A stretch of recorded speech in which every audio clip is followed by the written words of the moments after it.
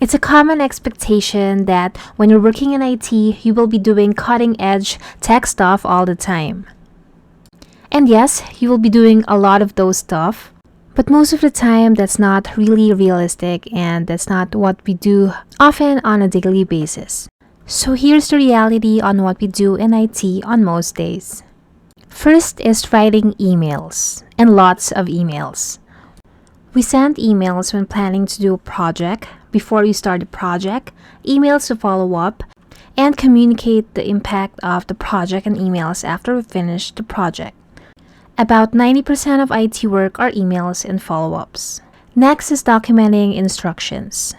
A lot of time is also spent writing documentation, not just for users, but for the IT team as a reference to future issues. To be honest, sometimes the documentation takes longer than fixing an issue, but it's worth it when you need it the most. We also spend time waiting and waiting for approvals before you can start doing anything. And also waiting on the other teams before I can do my job. There's a lot of dependencies and collaboration in IT now.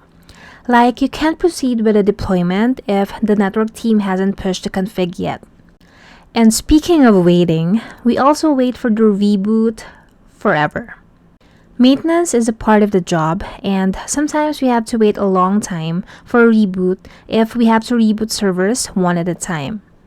And lastly, meetings that could have been emails. Like, this meeting was scheduled for 30 minutes and we're at 2 hours and counting. So the real job is enduring meetings about meetings. So, what else did I miss about the realistic part of what an IT professional does most of the time?